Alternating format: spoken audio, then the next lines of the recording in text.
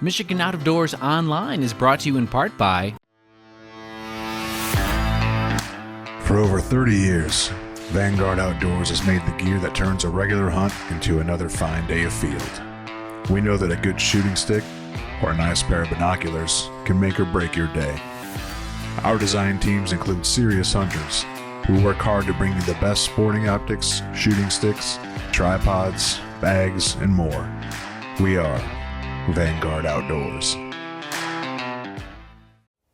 Hello everyone, welcome to Michigan Out of Doors. I'm Jenny Sialik and we've got an exciting show lined up for you this week.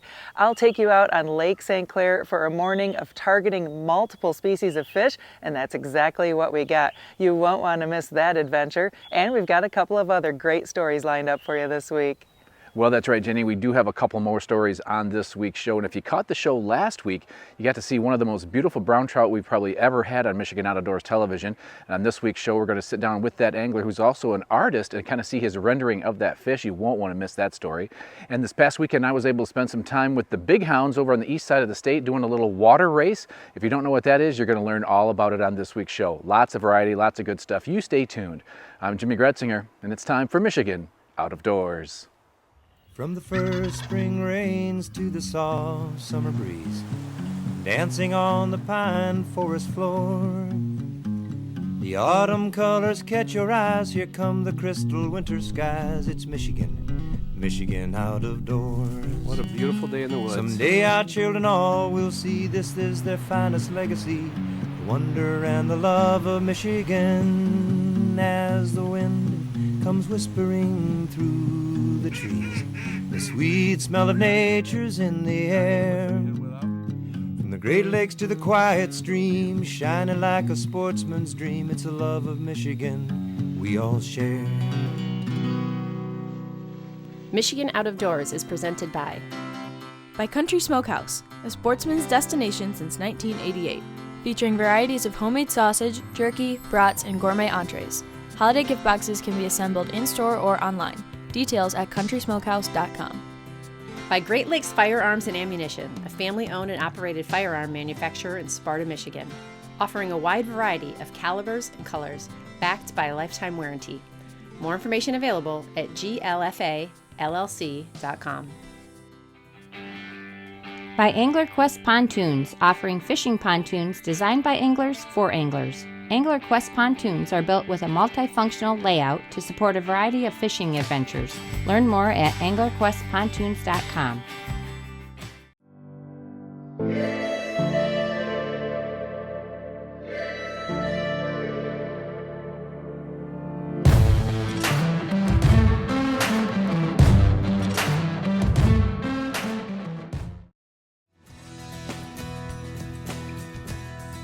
We're in Harrison Township, right near Metro Beach.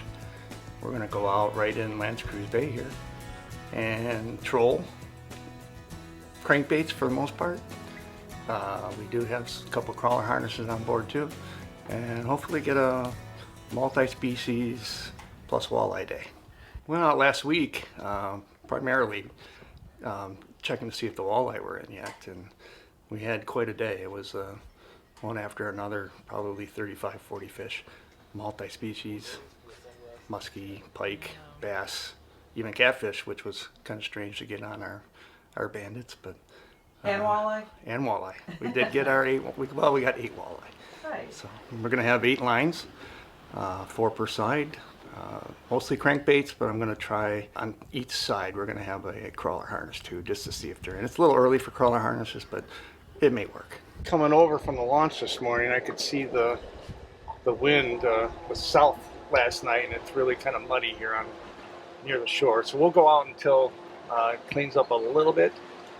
Try and find 12 feet or so and start trolling right there. Many anglers here in Michigan have moved from using what may be considered a traditional fishing boat to a cushy yet well-equipped pontoon fishing boat like Dennis's Angler Quest boat we are using today. I've had 5. I had a Starcraft, a Lund, a Crestliner, and a Ranger, and I absolutely love this one the best out of all of them. So maybe it's because I like trolling now, and it's the best troller. So yeah, and my wife Lori, she definitely likes this boat better than my other 4 that she didn't spend a whole lot of time on. They were smaller and they bounced around the lake, and this one's a lot more comfortable. Got something, Dennis? Something. Hopefully it's not a clump of seaweed. But, yeah, I see it back there. I think it's acting like a walleye. Could be usually if it's a bass, it'll flop. But.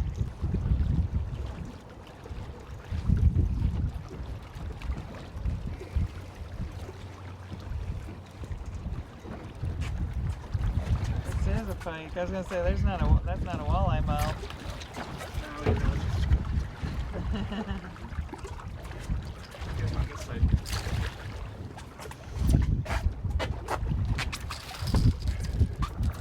All right, nice.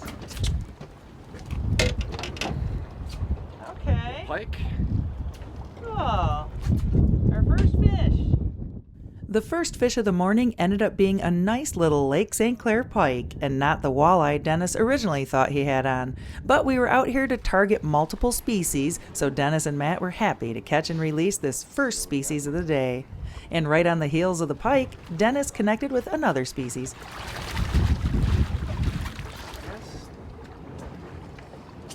Go.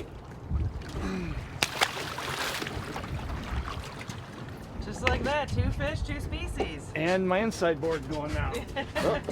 Are you gonna let Matt bring one in? I'm content, as long as I don't box you that job. Yeah. Don't knock them off. It's another big one. Most anglers trolling Lake St. Clair here in the springtime are focused on catching walleye, and that bite will be heating up here very soon. The next rod to go off in Dennis's setup did end up producing one of those tasty sport fish. Here we go. Woo!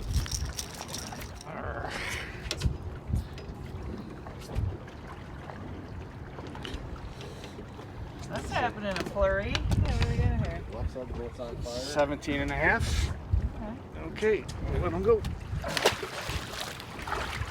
What's happening on your side?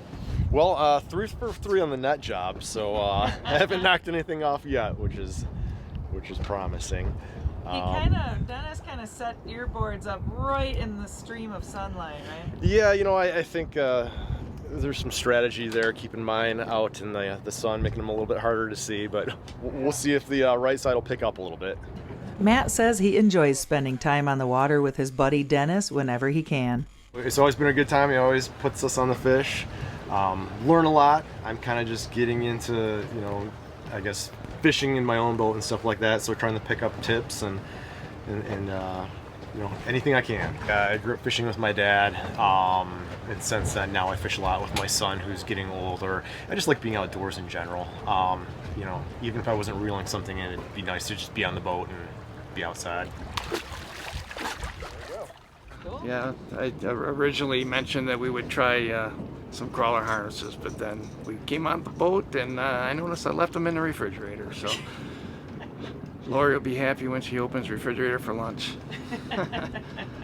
I've only fished Lake St. Clair probably the last 3 years, very rarely before that, but it's definitely a multi-species lake, and it's a gem. I love living here.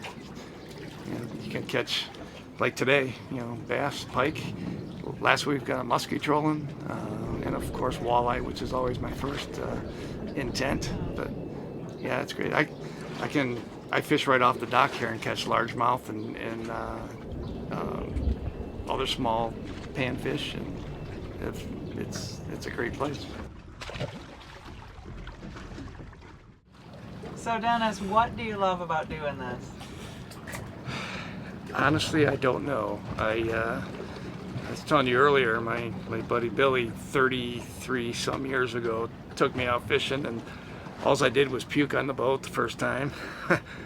But somehow I got hooked, and I've been doing it ever since. And just being on the water, I guess. Yeah? Yeah. Have you spent a lot of time on Lake St. Clair? No.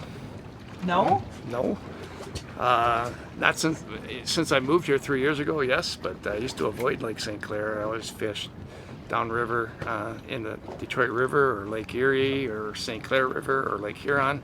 I always had smaller boats, and that chop on this lake that's always there, just always jarring, and I just didn't like it.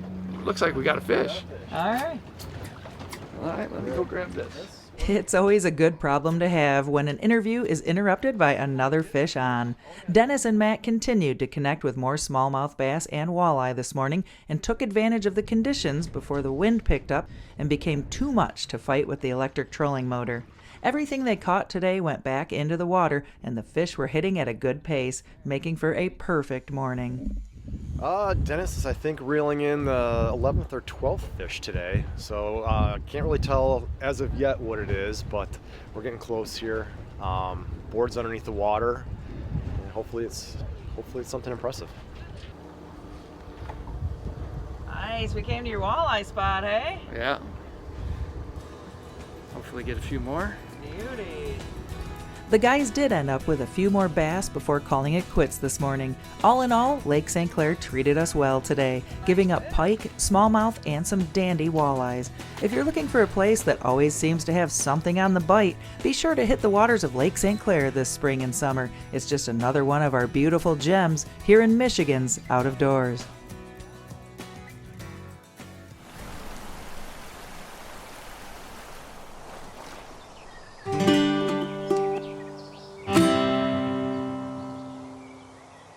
For our next segment on this week's show, I'm going to do a follow-up to the segment I did last week where I was able to tag along with an angler for a day of trout fishing. On that episode, we happened to catch a giant brown trout, and on this week's show, we're going to bring you a really cool way to preserve that memory. Oh, good fish, dude. Oh my God. God. Monster.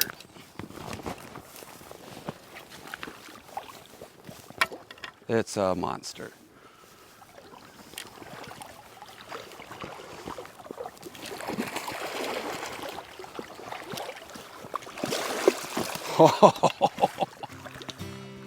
There's a 25. On last week's show, I was able to highlight an angler who loves to fish for trout. But that's not his only passion. He's also an artist. So after our day on the water, I was able to meet back up with him to learn a little more about his artwork. Today we're going to work on a sculpture that's hand-drawn and hand-cut out of aluminum. But what I like to start with is like my soapstone pencil, so that's my layout tool.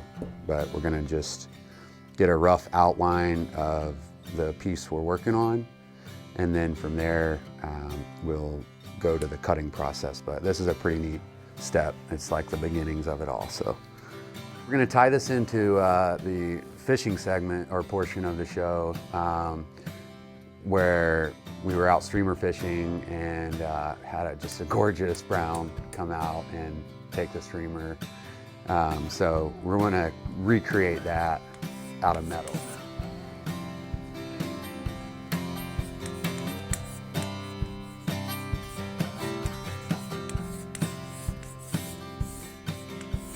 My dad turned me on to the metal, pierced metal art when I was 16, so that was like 22, 23 years ago. But my dad was a sign crafter and kind of just a really talented artist growing up, and he did that as a living, so I was always around art and that creative scene, helping my pops with signage and stuff. But as a young teenager, I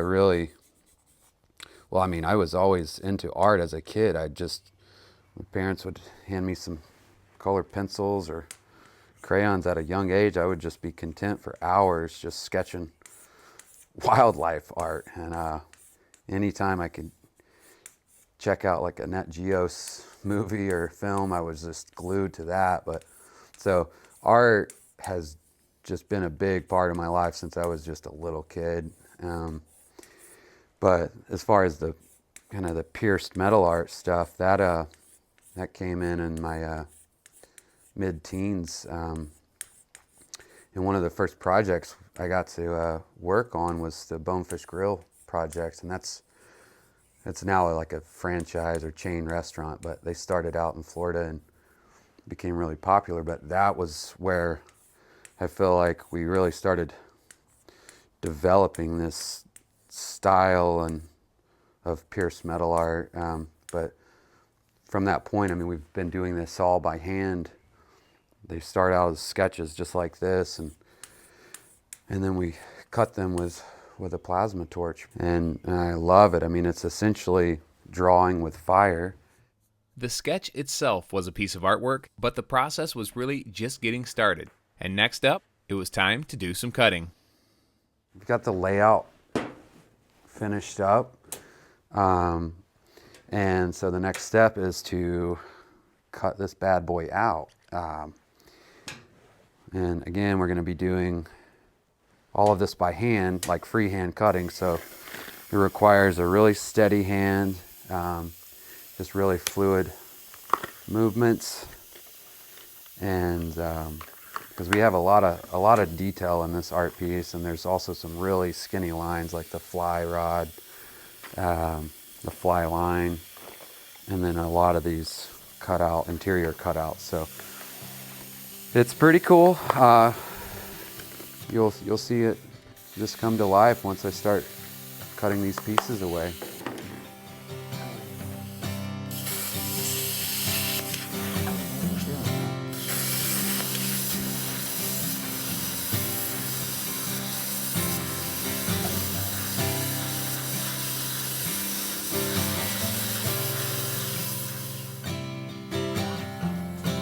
Definitely feel like what sets my pierced metal art aside from others is that each piece is an original. It's hand drawn, hands cut, and I'm not reproducing this work. Really want my art to inspire people to be outside, to get in the elements more, and appreciate what we have around us. Like, nature is such a huge part of my life, and it's a huge part of humanity. Like, if we're not out enjoying that and taking care of it, it could slip away. So I'm hoping my art inspires others to see it in that same or in a similar light. The next step to this, which is nearing the end, is to grind all the surface to clean up all the cut lines and burrs. I like to lightly shape and form the art once it's all polished up. Just wrapping this piece up today. Love how it turned out. So the inspiration for this piece was from a recent trip we took and got on some really nice trout. This particular fish was the highlight of the trip for sure. And so that's what I did, is just use that as inspiration to showcase my artwork here. And yeah, my work ranges from a lot of wildlife, marine life art, to sign work, to anything really. I mean, it's pretty wide open, but definitely love making the fish art for sure. Watching Caleb work throughout the day was pretty incredible. A process that most people couldn't replicate if they had to. Almost seemed like second nature to him. It's great to see someone so passionate about the outdoors excelling in other areas of life. Thanks to Caleb for inviting me out. What a fun day here in West Michigan.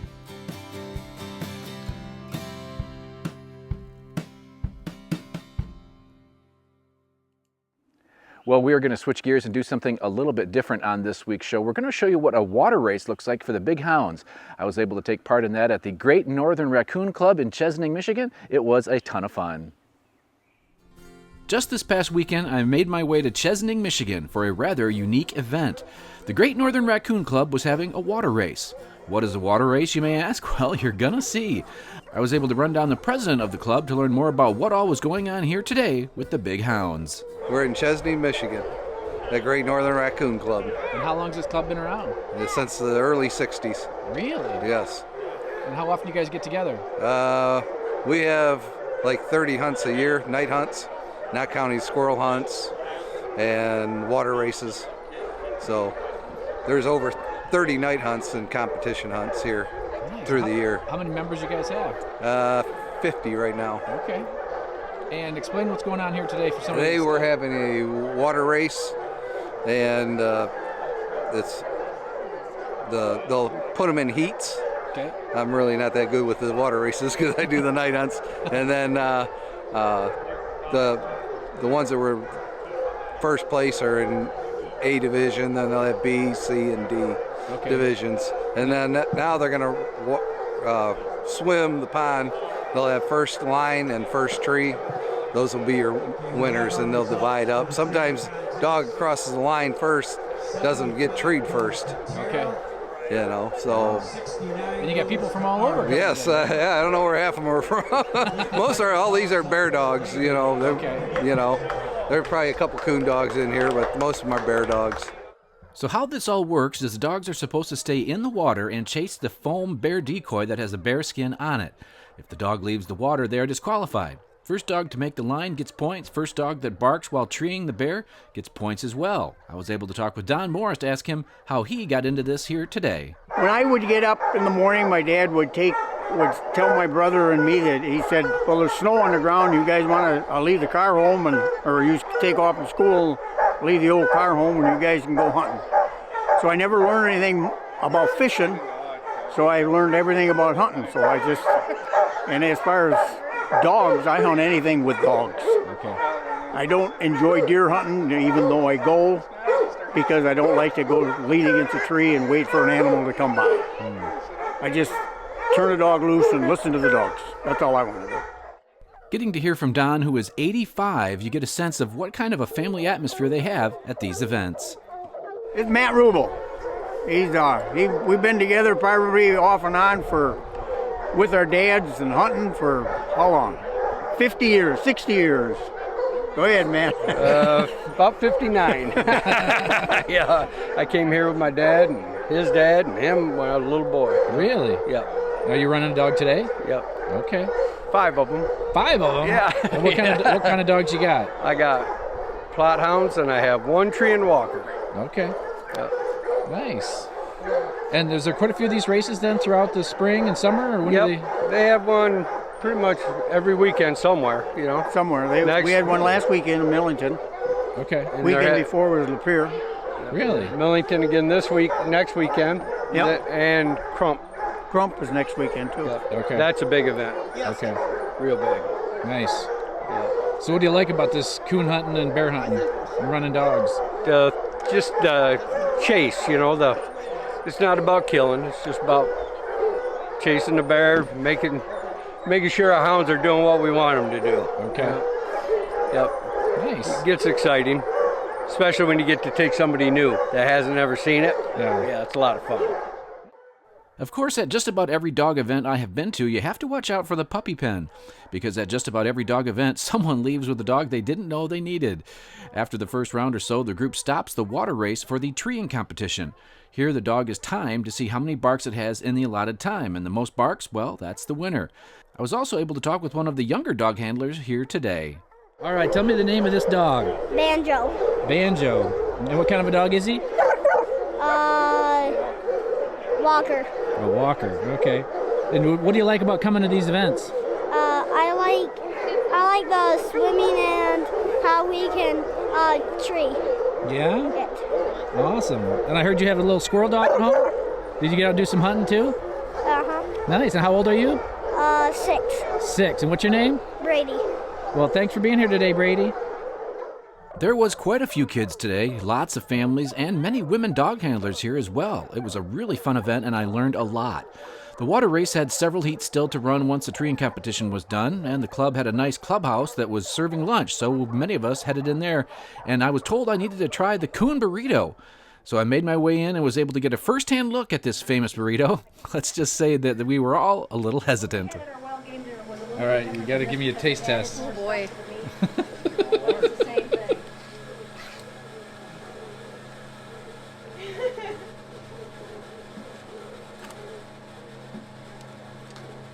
You're right. It is really good.